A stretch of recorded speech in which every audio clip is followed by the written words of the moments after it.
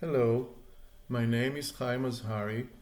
I'm from the Department of Biomedical Engineering at the Technion, Haifa, Israel. On behalf of Aharon El-Fassi and myself, I will be presenting our work on feasibility of HIFU thermal monitoring using electrical impedance tomography, EIT for short. The objective of this work is to examine the feasibility of EIT for monitoring HIFU for breast treatment. Why use EIT? Well, EIT offers several advantages. It is non-invasive, hazardless, provides real-time imaging, it is portable, and cost-effective. The conceptual description of the suggested system is shown here. It comprises of two main units. The first one, responsible for imaging, incorporates ultrasound for guidance and EIT for thermal monitoring, and a HIFU unit for treatment as shown here schematically. The platform used for the design is shown here. It is a computerized breast scanner, ultrasonic breast scanner. The woman lies prone on a bed with one breast immersed in water, and it generates images of various kinds, such as those shown here of acoustic mammograms, where a tumor is detected and correlates well with X-ray mammography. Once we know where the target is, we can aim the focal zone of the HIFU onto that target, and then bring the EIT ring to that plane. Of course, the breast has to be in the middle. This is the EIT system that we've used.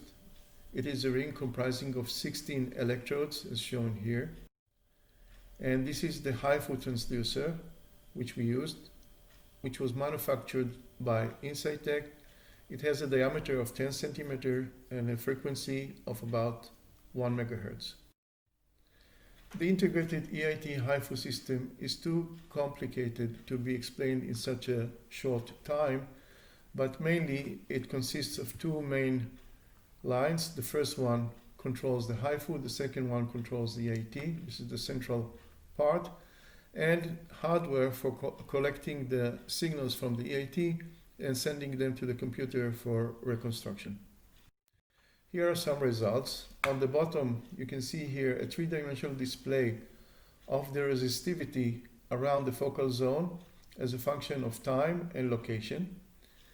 And on the top, you can see the central point only, with the reciprocal ratio of the conductivity is shown. Using a threshold, we can display an estimated diameter of the ablation zone. As you can see, which is shown here. As you can see, as the heating proceeds, the resistivity at the central point, the ablating zone, becomes smaller and smaller, as shown here. So finally, we get the relevant contour as shown here.